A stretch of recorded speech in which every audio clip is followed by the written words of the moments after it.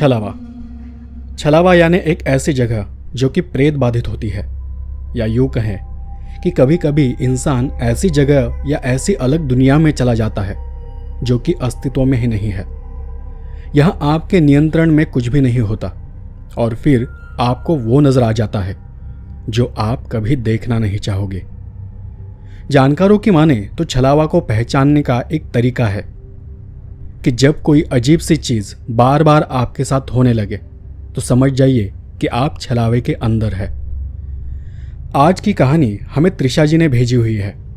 ये उनके पिताजी के साथ हुआ छलावा का अनुभव है। काफी साल पहले की यह घटना है जब उनके पिताजी एक सरकारी नौकर थे और सहारनपुर जिला उत्तर प्रदेश में बतौर ड्राइवर एक सरकारी अफसर के गाड़ी पर नौकरी कर रहे थे। सरकारी ड्राइवर होने के कारण उन्हें हमेशा अपने साहब के साथ अलग अलग शहरों में आना जाना पड़ता था। कभी कभी तो उनके पिताजी 3-3 दिन तक घर नहीं आते थे। ऐसे ही एक रोज वो अपने साहब के साथ दूसरे शहर उनके घर उन्हें छोड़ने चले गए थे और जब 2 दिन बाद वो घर वापस आए तो काफी बीमार लग रहे थे।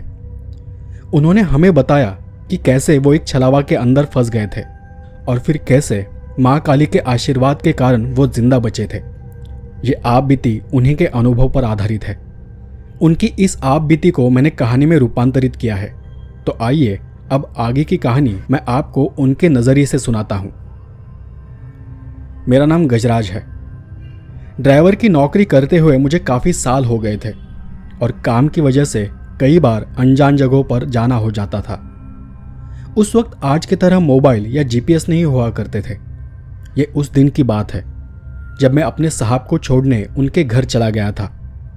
तो जब मैं उनके घर पहुंचा तो उनकी माताजी उस दिन 4 धाम यात्रा कर वापस आई हुई थी। घर जाते ही उन्होंने मेरे हाथ में कहीं का प्रसाद थमाकर एक कुछ धागा सा हाथ में जबरदस्ती बांध दिया। मेरा सारा ध्यान तब जल्द से जल्द वापस लौटने में था क्योंकि सफ़र काफ़ी लंबा था, यही कोई 150 या 200 किलोमीटर का। तो मैं वहीं पर थोड़ा कुछ खा पी कर साहब के घर से निकला। वहाँ से जाते वक्त माताजी ने फिर एक घड़ी किया हुआ कागज़ मेरे हाथ में थमाया और कहा कि इसे गाड़ी में रखना और इसकी एक छोटी सी फ्रेम बनाकर गाड़ी में आगे लगा देना। मैंने उस कागज़ को देखा भी नहीं कि वो क्या था। मैंने उसे वैसे ही अपनी जेब में रख दिया और वहाँ से निकल पड़ा। रास्ते में जाते जाते मैंने गाड़ी की टंकी फुल की और उस शहर से निकल पड़ा, अकेला। शायद मेरे लिए वो दिन ही खराब था। वापस जाते जाते दोपहर को रास्ते में एक जगह गाड़ी का टायर पंचर हो गया। टायर चेंज करने में मेरा करीबन 1 घंटा चला गया। टायर बदली कर आगे जाने निकला तो कुछ किलोमीटर बाद एक घाट के रास्ते में घना ट्रैफिक लगा। आधे घंटे तक तो गाड़ी एक ही जगह पर खड़ी थी। पूछताछ की तो पता चला कि आगे कहीं रास्ते में एक्सीडेंट हुआ है। उस वक्त मुझे अपने आप पर भी बहुत गुस्सा आ रहा था। मेरा काफ़ी वक्त बर्बाद हो गया था और अब ऊपर से ये ट्रैफिक। शाम का वक्त हो चला था, ठंड के दिन थे तो आसपास ठंड भी बढ़ने लगी थी। करीबन आधे घंटे बाद गाड़ियां धीरे धीरे आगे सरकनी शुरू हो गई। कुछ आगे जाने पर मुझे वहीं पर पहाड़ियों में रहने वाले कुछ लोग अपने परिवार के साथ जाते हुए नजर आ गए। मैंने उन्हें आवाज़ दी और पूछा कि आगे कितना ट्रैफिक है। उनमें से एक आदमी ने पीछे देखते हुए कहा, ठीक से तो पता नहीं, लेकिन काफ़ी लंबी कतार दिखाई पड़ रही है। सच कहूँ तो उस वक्त मुझे आराम की ज़रूरत थी क्योंकि लगातार गाड़ी चलाने के कारण मैं बहुत थका हुआ था। मैंने फिर उनसे पूछा, यहाँ से निकलने का कोई दूसरा रास्ता? उस आदमी ने जवाब में कहा, नहीं, यही एक रास्ता है। मैंने निराशा भरे स्वर में उन्हें धन्यवाद दिया और वो लोग आगे चले गए। तब उनमें से 14-15 साल का एक लड़का कुछ आगे जाकर फिर से पीछे आ गया और उसने मेरे पास आते हुए कहा, बाबा ने ठीक कहा, यहाँ कोई पक्का रास्ता तो नहीं है पर एक कच्चा रास्ता है। हम जिस कच्चे रास्ते से चल रहे हैं ना, उस रास्ते पर गाड़ी उतार दो तो आपको नीचे से थोड़ा घूम कर जाना पड़ेगा। कुछ गांव और जंगल का क्षेत्र लगेगा पर आप यहाँ से काफ़ी आगे निकल जाओगे। इतना कहकर वो फिर उनकी पहाड़ी बोली बोलते हुए आगे चला गया। कुछ देर सोचकर और चिढ़कर मैंने गाड़ी को सड़क से कच्चे रास्ते पर उतार दिया और उसी कच्चे रास्ते से आगे जाने लगा। कुछ किलोमीटर जाने पर मैंने एक गांव पार किया, लेकिन मुझे एहसास हुआ कि अब अंधेरा बढ़ने लगा है। वहां आसपास के लोगों से पूछते हुए मैं फिर आगे बढ़ा। आगे मुझे दूसरा कोई भी गांव नहीं दिखाई दिया और देखते ही देखते अंधेरे की काली स्याही उजाले में घुलनी शुरू हो गई। आगे बढ़ने के साथ ही आसपास की झाड़ियां भी घनी होती जा रही थी। शायद ये वही जंगल का इलाका था जिसके बारे में उस लड़के ने मुझे बताया था। मैंने आगे जाने से पहले खुद की तसल्ली के लिए एक जगह पर गाड़ी को रोक दिया और गाड़ी से बाहर निकलकर अपने चारों ओर नजर दौड़ाई। वहां सब कुछ बहुत शांत था। मैं उस अधूरे प्रकाश में दूर तक जाते हुए उस रास्ते का अंदाजा लगाने की कोशिश कर रहा था कि तभी पीछे कहीं से मेरे कानों पर किसी के खांसने की आवाज पड़ी। एक बुजुर्ग सा इंसान पेड़ों में से पगडंडी के रास्ते कहीं जा रहा था। मैंने उन्हें आवाज दी और दौड़ता हुआ उनके पास चला गया। बाबा, मुझे हाईवे के रास्ते पर निकलना है, क्या ये सही रास्ता है? उन्होंने मेरी तरफ देख फिर दूर जाते उस रास्ते की तरफ देखा। उनके माथे पर चिंता की लकीरें उभरी और फिर कुछ सोचकर उन्होंने कहा, यहाँ से हाईवे की सड़क लगती तो है, पर इस वक्त ये रास्ता सही नहीं है। तुम वापस पीछे चले जाओ, और वैसे भी ये रास्ता गाड़ियों के लिए नहीं है, कच्चा है। तुम गाड़ी को तेज भी नहीं चला पाओगे, रास्ते में फंस जाओगे। उस वक्त मेरे दिमाग में सिर्फ यही चल रहा था कि पहले से ही काफ़ी वक्त बर्बाद हो गया है और अब ये आदमी मुझे 10 से 12 किलोमीटर वापस जाने के लिए कह रहा है। मैंने अपनी ज़िंदगी में काफ़ी बार देखा है कि आदमी गुस्से में, घमंड में हमेशा गलत निर्णय लेता है, गलत का चुनाव करता है। मैंने भी वही किया। मैंने उस आदमी की बात नहीं सुनी और एक झूठी मुस्कुराहट के साथ उन्हें धन्यवाद बोलकर जाकर गाड़ी में बैठ गया। सोचा कि अगर हाईवे आगे ही कहीं है तो खामखा पीछे जाने में क्या मतलब। मैंने सीधे गाड़ी चालू की और उसी रास्ते से जाने लगा। मैंने पीछे भी देखा तो वो बुजुर्ग वहीं खड़े होकर मुझे देख रहा था। अब रास्ता खराब होने के कारण मैं उस वक्त 30 की स्पीड से गाड़ी चला रहा था। देखते ही देखते रात हो गई। आसपास का सब कुछ काले घने अंधेरे में डूब गया। ठंड के कारण आसपास कोहरा भी बहुत ज़्यादा बढ़ गया था। मैंने हेडलाइट शुरू की और उस कोहरे से भरे अंधेरे को काटते हुए मेरी गाड़ी धीरे धीरे आगे बढ़ रही थी। अचानक से कोई चीज़ बहुत ज़ोर से मेरी गाड़ी से टकरा गई। एक बहुत ज़ोर की आवाज़ हुई और गाड़ी झटका खाकर बंद पड़ गई। गाड़ी की हेडलाइट भी अपने आप बंद हो गई। अब तक गाड़ी की मोटर की आवाज़ कानों पर पड़ रही थी। शायद इसलिए आसपास के अंधेरे का, गहरे सन्नाटे का एहसास नहीं था। लेकिन गाड़ी बंद पड़ते ही सब तरफ सन्नाटा छा गया। लगा जैसे एकदम से मेरे आसपास गहरा अंधेरा फैल गया हो। ठंड के कारण मैंने गाड़ी के शीशे ऊपर कर रखे थे। बाहर घना कोहरा छाया हुआ था। आसपास ज़्यादा कुछ नज़र नहीं आ रहा था। अचानक हुए टकराव से डर के मारे मेरी सांस तेज हो गई और मेरा दिल जोर जोर से धड़कने लगा। कुछ खटपटाहट कर मैंने फिर से किसी तरह हेडलाइट चालू कर दी, लेकिन जहाँ तक हेडलाइट की रोशनी जा रही थी उसमें कहीं कुछ दिखाई नहीं पड़ रहा था। ऐसा लग रहा था जैसे वो हेडलाइट गहरे काले सन्नाटे में डूबे हुए अंधेरे के अंधकार को मिटाने की एक नाकाम कोशिश कर रहा हो। इतने सालों के अनुभव से मैं इतना तो जान चुका था कि कोई भारी चीज़ गाड़ी से टकराई है, बस पता नहीं कि वो कोई इंसान था या कोई जानवर। कुछ एकदम से सामने आकर टकरा गया था। मैं आसपास किसी हलचल या किसी आवाज़ की अपेक्षा में कुछ देर चुपचाप गाड़ी में बैठा रहा, पर कहीं कुछ नहीं हुआ। तो फिर मैंने बाहर जाकर देखने का निर्णय लिया। हिम्मत कर मैंने हल्के हाथ से गाड़ी का दरवाज़ा खोला। अचानक आई बाहर की ठंडी हवा से मेरा शरीर कांप उठा। मैंने धीरे से एक कदम बाहर रखा और गाड़ी के दरवाजे के पास ही खड़ा हो गया। चारों ओर शांत और बस गहरा अंधेरा था। वहाँ आसपास जो बरगद के पेड़ थे उन पर शायद उल्लू बैठे हुए थे। बीच बीच में उनकी आवाज़ सुनाई पड़ रही थी। रात के अंधेरे की काली स्याही ने आसमान को इस कदर रंग दिया था कि वो देख मैं सोच में पड़ गया कि कहीं मैं किसी भूतिया जगह तो नहीं आ गया। मैंने वहीं खड़े होकर पीछे की ओर देखा तो पीछे इतना घना अंधेरा था कि कुछ भी दिखाई नहीं दे रहा था। उस वक्त मेरे पास टॉर्च भी नहीं था। मैं पीछे के घने अंधेरे में बस देखे जा रहा था, एकटक, जैसे वहाँ की हवाएं चीख चीख कर मुझे कह रही हो कि यहाँ से लौट जाओ। मैं गाड़ी के आगे की ओर जाने लगा। पता नहीं गाड़ी से क्या टकराया था। 2-4 कदम आगे जाकर देखा तो वहाँ एक 6-7 साल का लड़का बेजान सा पड़ा हुआ था। वो देख मैं बहुत घबरा गया। ये लड़का कौन है और इतने अंधेरे में यहाँ क्या कर रहा था? उसे वैसे पड़ा हुआ देख मैं लगभग रोने लगा कि मैंने ये क्या कर दिया। मैं दौड़कर उसे उठाने के लिए उसके पास चला गया और उस लड़के को अपनी गोद में उठा लिया। जैसे ही मैंने उसे उठाया, मुझे आसपास के अंधेरे में से कहीं से कोई गुनगुनाने की आवाज़ सुनाई देने लगी। कोई गूंजती हुई आवाज़। कोई औरत कुछ गुनगुना रही थी। मैंने अपने आसपास देखा। घनी झाड़ियों की सिवाय वहाँ कुछ भी नहीं था। ऊपर ऊंचे पेड़ों की तरफ देखा, लेकिन जंगल होते हुए भी वहाँ के पेड़ किसी मुर्दे की तरह एकदम शांत और स्थिर थे। और वो आवाज़ कहाँ से आ रही थी मैं समझ नहीं पा रहा था। मैंने फिर से नीचे देखा और अब वो लड़का मेरे हाथों में नहीं था। वहाँ कुछ भी नहीं था। मैं हैरान होकर सिर्फ यहाँ वहाँ देखने लगा। अभी अभी एक लड़का मेरे हाथ में था और अभी पल में वो कहाँ चला गया। एक अजीब सी डर की लहर मेरे पूरे शरीर में दौड़ गई। उसी पल मुझे किसी छोटे बच्चे की हंसने की आवाज़ सुनाई पड़ी। मैंने देखा कि वो लड़का रास्ते के किनारे की झाड़ियों से निकलकर दौड़ता हुआ एक तरफ से दूसरी तरफ चला गया। अरे रुको, रुको तो! मैं बस उसे आवाज़ देता रहा और वो अंधेरे में धुंध में कहीं गायब हो गया। दौड़ता हुआ आसपास की घनी झाड़ियों में पेड़ों में कहीं चला गया। मैं तब सड़क के किनारे जाकर रुक गया। मेरे पाँव आगे बढ़ ही नहीं रहे थे क्योंकि आगे सिर्फ घना अंधेरा था।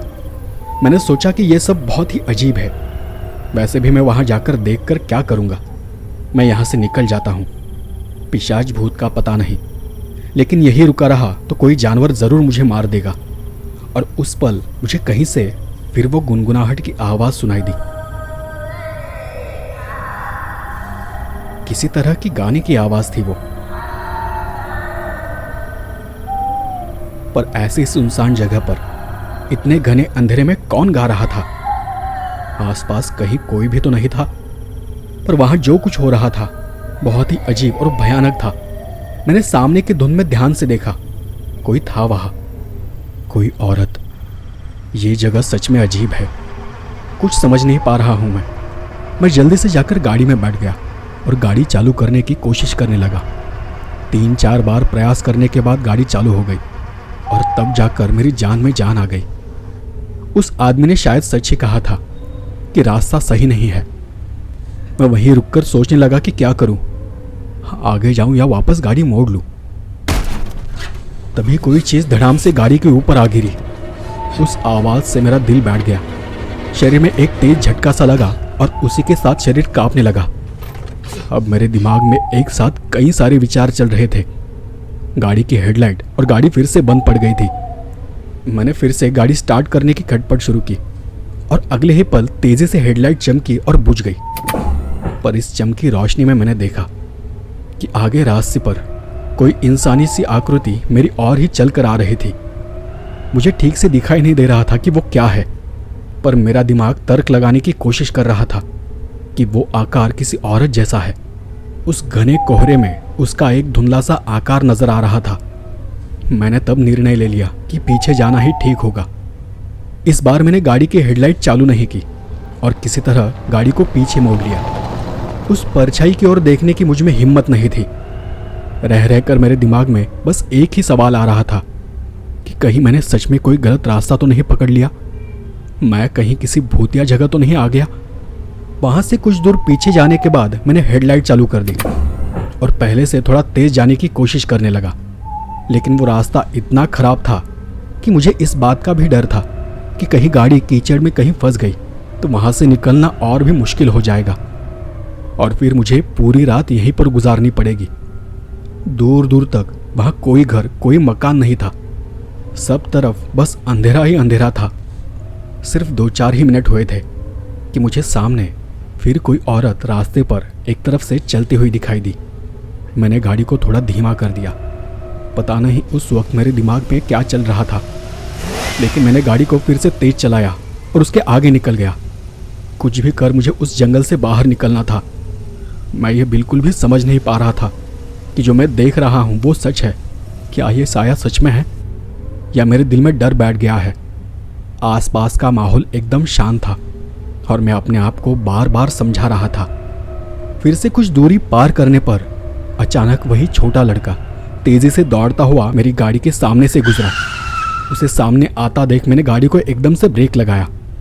न जाने मेरे साथ क्या क्या हो रहा था। पता नहीं ये लड़का, ये औरत कौन थी और ये दोनों यहाँ क्या कर रहे थे, वो भी इस घने जंगल में, इतने अंधेरे में। मैं गाड़ी को आगे भगाता, तभी वही औरत झाड़ियों में से आकर मेरी गाड़ी के सामने खड़ी हो गई। इस बार मैंने गाड़ी की हेडलाइट बंद नहीं की। मैं देखना चाहता था कि आखिर वो क्या कर रही है। वो बस रास्ते के बीचों बीच खड़ी थी, चुपचाप। और फिर उस औरत ने सिर्फ अपनी गर्दन घुमाकर बड़े अजीब तरीके से मेरी ओर देखा। वो तब कुछ गुनगुनाने लगी थी। उसकी हल्की सी आवाज़ मेरे कानों पर पड़ रही थी। उस औरत का चेहरा काफ़ी झुर्रियों से भरा हुआ था। हेडलाइट की रोशनी में झुर्रियाँ साफ साफ दिखाई दे रही थी और बाहर की ओर निकली हुई भूरी आंखें एकदम खुली हुई चमक रही थी। उसकी चमड़ी किसी छिपकली की तरह थी, पीली और कहीं लाल। बड़ा ही अजीब सा दृश्य था वो। मुझे समझ में नहीं आ रहा था कि मैं क्या करूं। वो एक भयानक सी मुस्कान के साथ कुछ अजीब सा गुनगुनाई जा रही थी। एक अनजान डर मेरे दिल में घर कर रहा था। लग रहा था जैसे कुछ डरावना होने वाला है। फिर अचानक से गाड़ी की मोटर और हेडलाइट बंद हो गई। घबराकर मैंने कुछ खटपटाहट कर हेडलाइट चालू की और देखा तो अब सामने से वो औरत कहीं गायब हो गई थी। वो देख मैंने थोड़ी राहत की सांस ली, पर तब अचानक से मुझे बहुत गर्म होने लगा। आसपास भयानक ठंड होने के बावजूद भी मुझे पसीना आ रहा था। मैंने गाड़ी चलाने की कोशिश की, लेकिन ब्रेक, एक्सीलेटर दबाने तक की मेरे पैरों में ताकत नहीं थी। लगा जैसे मेरा ब्लड प्रेशर बढ़ रहा हो। मुझे एकदम से सांस लेने में तकलीफ होने लगी। मेरे शरीर पर किसी तरह का दबाव बढ़ता जा रहा था। ऐसा लगने लगा जैसे मैं किसी भट्टी के अंदर बैठा हूँ। धीरे धीरे मेरा दम घुटने लगा। मैंने अपने तरफ की दरवाजे की कांच नीचे की और बाहर सर निकालकर भर भर के सांसें लेने लगा। गाड़ी से बाहर निकलने की तब भी मुझ में हिम्मत नहीं थी। मुझे और तकलीफ होने लगी तो मैंने दूसरी तरफ का कांच भी नीचे किया और तब मुझे एहसास हुआ कि पीछे की सीट पर कोई बैठा है और वो मुझे ही घूर रहा है। आंख के कोने से मुझे वो नजर आ गई थी, पर फिर भी पीछे मुड़कर देखने की मेरी हिम्मत नहीं हुई। उस एहसास से मैं एकदम सीधा बैठ गया, स्टीयरिंग पर दोनों हाथ रख दिए। अब मेरा शरीर हद से ज्यादा कांपने लगा था। दिमाग जैसे सुन्न सा हो गया। मैं उसकी बारीक से बारीक हलचल को भी महसूस कर पा रहा था। गाड़ी में एक हल्की पीली लाइट जल रही थी और उस पल मुझे पीछे से फिर वही गुनगुनाने की आवाज़ आने लगी। मैं थरथराता हुआ, कांपता हुआ बस बैठा रहा। मैंने तिरछी नज़र से उसे देखने की कोशिश की। वो कोई विधवा औरत थी। बदन पर सफ़ेद साड़ी थी, बाल खुले हुए थे, माथा एकदम सफ़ेद था, चेहरा रूखा सूखा और चमड़ी एकदम छिपकली जैसी, और चेहरे पर कोई भाव नहीं, लेकिन उसकी नज़रें मुझ पर टिकी हुई थी। उस डरावने एहसास से मेरे शरीर पर बार बार रोंगटे खड़े हो रहे थे। लगा जैसे शरीर वहीं पर जम गया हो। मैं उसे पूछना चाहता था कि तुम कौन हो, मेरे पीछे क्यों पड़ी हो, लेकिन गले से आवाज़ ही नहीं निकल रही थी। मैं बस चुपचाप बैठा रहा। फिर अचानक से उसकी आवाज़ आनी बंद हो गई। मैं भी थोड़ा चौकन्ना हो गया, एकदम सीधा बैठ गया। मेरी गर्दन एकदम सीधी सामने की ओर थी। पीछे से उसकी सरकने की हलचल की आवाज़ सुनाई दी। मेरा पसीना पानी की तरह बहने लगा था। मैं समझ गया कि ये कोई प्रेत या चुड़ैल है। ये सोचकर मेरा शरीर एक बारगी फिर से कांप उठा। मेरी सांस अब फूलनी शुरू हो गई थी। मन ही मन में मैं भगवान का नाम जपने लगा। पता नहीं कैसे, पर मैंने कभी माँ काली का नाम नहीं लिया था और नहीं माता काली को मैं पूछता था, लेकिन उस वक्त मैं अपने आप ही माँ काली का नाम जपने लगा। मैंने अपनी तसल्ली के लिए एक बार उसे देखना चाहा और हल्के से नज़र उठाकर सामने मिरर में देखा। वो भी मिरर में मुझे ही देख रही थी। उस पल हम दोनों एक दूसरे को देख रहे थे और वो औरत हल्की सी डरावनी मुस्कान देकर मंद मंद खिंची खिंची सांस लिए हंसने लगी। उसकी उस शैतानी भयानक नज़र को देख मेरा खून एकदम से ठंडा पड़ गया। अजीब सी सरसराहट मेरे अंदर दौड़ गई। उस नज़र में मौत का भय था और वो अपना मुंह पूरा खोल के हंसते हुए अपनी बड़ी बड़ी आंखों से मुझे घूरने लगी। वो सब कुछ सहना मेरे लिए बहुत मुश्किल था। मैंने किसी तरह गाड़ी का दरवाज़ा खोल बाहर जाने की कोशिश की और फिर मुझे महसूस हुआ कि मेरा शरीर बेजान सा हो गया है। मैं उठने की कोशिश में गाड़ी के सीट से नीचे लुढ़क गया और लुढ़कते हुए रास्ते से नीचे चला गया। मैं किन्हीं पैरों के पास पड़ा हुआ था। पता नहीं वहाँ क्या था। मैंने ऊपर देखने की कोशिश की, लेकिन मेरी नज़र धुंधली होती गई। वो गुनगुनाहट दूर कहीं से अब भी कानों पर पड़ रही थी। मुझे लगा कि मेरे पास वही चुड़ैल खड़ी है। मैंने अपनी आंखों पर जोर डाला। लगा जैसे आंखों के सामने तेज रोशनी से हो गई है, जैसे एकदम घना कोहरा छा गया हो, और मैं उस तेज प्रकाश को देख नहीं पाया और वहीं पड़े पड़े अपना होश खो बैठा। फिर जब मुझे होश आया तो मैं किसी पुराने बिस्तर में एक खाट पर सिकुड़ के लेटा हुआ था।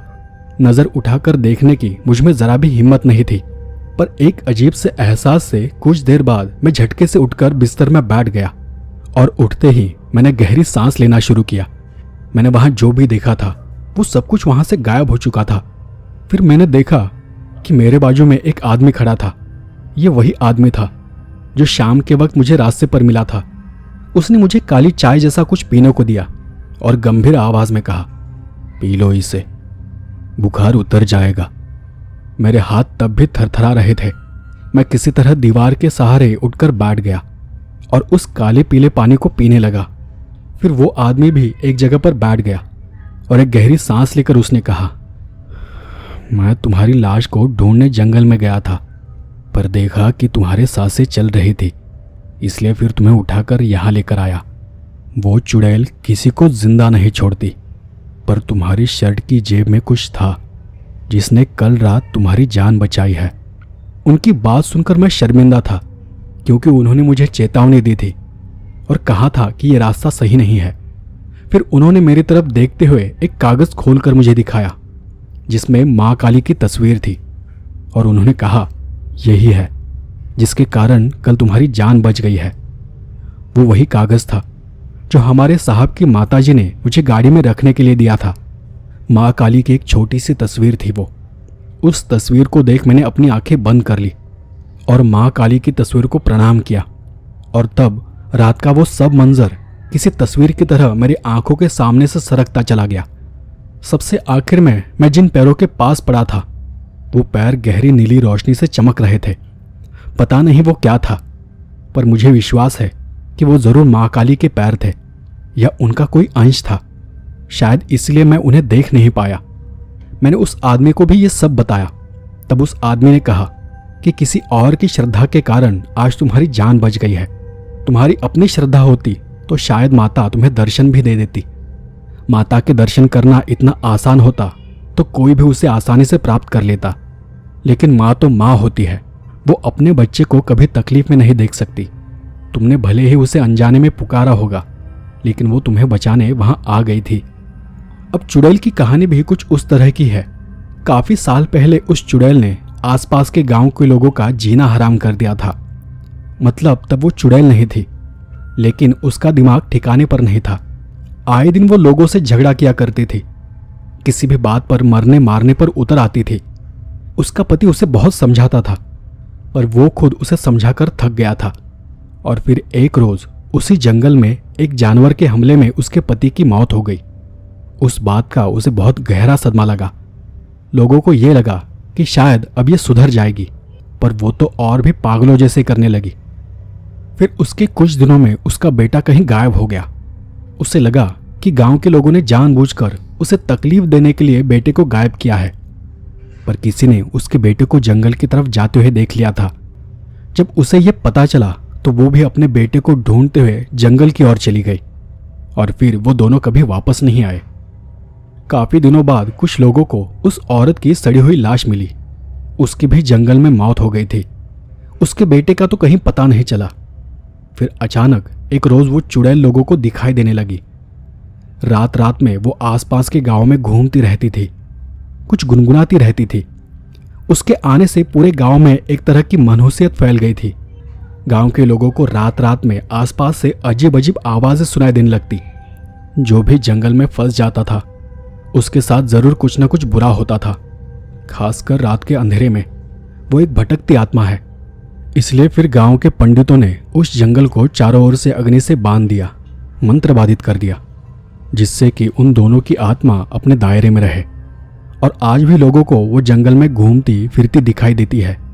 कहते हैं कि आज भी वो अपने बेटे को जंगल में ढूंढ रही है, पर माता का आशीर्वाद रहा था, इसलिए मुझे कुछ हुआ नहीं। दोस्तों, उस आदमी की कही बात पूर्ण रूप से सच थी। कभी कभी हम लोग बहुत ही बुरे हालात में फंस जाते हैं और हमारा दिमाग काम करना बंद कर देता है। हम ईश्वर में भी विश्वास नहीं करते। पर उस दिन के बाद से मेरा ईश्वरीय शक्ति में विश्वास और ज़्यादा बढ़ गया है। अगर उस वक्त मैंने जाने अनजाने में माँ का नाम न लिया होता तो न जाने मेरे साथ क्या हो जाता। और शायद यही कारण था कि मैं उस आत्मा के चंगुल से बच गया। उसी दिन तबीयत थोड़ी ठीक हो जाने पर मैं घर चला गया। मुझे 3-4 दिन तक बुखार रहा। जब मैं फिर काम पर गया तो मैंने अपने साहब को भी इस घटना के बारे में बताया। ठीक होते ही मैंने माता की तस्वीर को उस सरकारी गाड़ी में लगा दिया। जब मुझे फिर साहब की माताजी से मिलने का सौभाग्य मिला तब तो मैं उनके पैरों में गिर पड़ा था, क्योंकि उस दिन उन्होंने मुझे माँ काली की तस्वीर न दी होती तो न जाने मेरे साथ क्या हो जाता। तब उन माताजी ने मुझे बताया था कि उन्हें वो तस्वीर रुद्रप्रयाग में सिद्धपीठ काली मठ मंदिर से मिली थी। इसके बाद मैं खुद माँ काली के दर्शन करने कालीमठ मंदिर चला गया था। माँ काली को समर्पित इस मंदिर में काली माता की कोई मूर्ति नहीं है, बल्कि यहाँ माँ काली के एक श्री यंत्र की पूजा की जाती है। इस यंत्र को नवरात्रि के 8वें दिन मंदिर से बाहर निकाला जाता है और मंदिर के मुख्य पुजारी द्वारा ही आधी रात को श्री यंत्र की पूजा की जाती है। कालीमठ मंदिर यह एकमात्र ऐसा मंदिर है जहाँ माँ काली के साथ साथ उनकी बहनें माँ लक्ष्मी और माँ सरस्वती के मंदिर भी देखने को मिलते हैं। कालीमठ मंदिर के इतिहास को लेकर ये मान्यता है कि देवताओं ने इसी स्थान पर माँ काली की उपासना की थी। उपासना से प्रसन्न होकर देवी ने देवताओं को वरदान दिया था और उस समय दैत्याधिपति रक्तबीज नामक राक्षस का प्रभाव तीनों लोकों में व्याप्त था। माँ काली ने इसी स्थान पर रक्तबीज नामक राक्षस का वध किया था और यहीं पर महाकाली मंदिर के गर्भगृह में समा गई थी। तब से यहाँ पर महाकाली श्री यंत्र की पूजा की जाती है। कालीशिला और कालीमठ माँ भगवती की असीमित शक्तिपुंज के रूप में स्थित है। कालीशिला माँ काली का प्रकाट्य स्थल है, जो कालीमठ माँ के अंतर्ध्यान स्थल के रूप में विख्यात है। यहाँ के लोगों में विश्वास है कि माँ दुर्गा शुंभ निशुंभ और रक्तबीज का संहार करने के लिए कालीशिला में 12 वर्ष की कन्या के रूप में प्रकट हुई थी और इसी स्थान पर शुंभ निशुंभ दैत्यों से परेशान देवी देवताओं ने माँ भगवती की तपस्या की थी। तब माँ प्रकट हुई और असुरों के आतंक के बारे में सुनकर माँ का शरीर क्रोध से काला पड़ गया और इसी कारण उन्होंने विकराल रूप धारण कर लिया। माँ ने युद्ध में दोनों दैत्यों का संहार कर दिया। ये भी किंवदंती है कि माता सती ने पार्वती के रूप में दूसरा जन्म इसी शिलाखंड में लिया था। वही कालीमठ मंदिर के समीप माँ ने रक्तबीज का वध किया था और उसका रक्त जमीन पर न पड़े, इसलिए महाकाली ने मुंह फैलाकर उसके रक्त को चाटना शुरू किया। रक्तबीज शिला नदी के किनारे आज भी स्थित है और इसी शिला पर माता ने उसका सिर रखा था। कालीमठ मंदिर में एक कुंड है जो रजत पट श्रीयंत्र से ढका रहता है। शारदीय नवरात्रों में अष्टमी को इस कुंड को खोला जाता है। यहाँ की मान्यता है कि जब महाकाली शांत नहीं हुई तो भगवान शिव माँ के चरणों के नीचे लेट गए और फिर जैसे ही महाकाली ने शिव के सीने पर पैर रखा, वो शांत होकर इसी कुंड में अंतर्ध्यान हो गई और इसलिए यहाँ के लोगों का यही मानना है कि महाकाली इसी कुंड में समाई हुई है। काली मठ में शिव शक्ति स्थापित है। तो दोस्तों, ऐसी थी ये घटना और माँ काली की महिमा। ये घटना आपको कैसी लगी मुझे कमेंट कर जरूर बताएं और अगर आप ऐसी ही कहानियां सुनना पसंद करते हैं तो चैनल पर बने रहिए। डिस्क्रिप्शन में दिए लिंक से आप मेरी दूसरी कहानियों को सुन सकते हो और बने रहिए मेरे साथ। मिलते हैं अगले एपिसोड में ऐसी ही किसी डरावनी कहानी के साथ। तब तक के लिए धन्यवाद।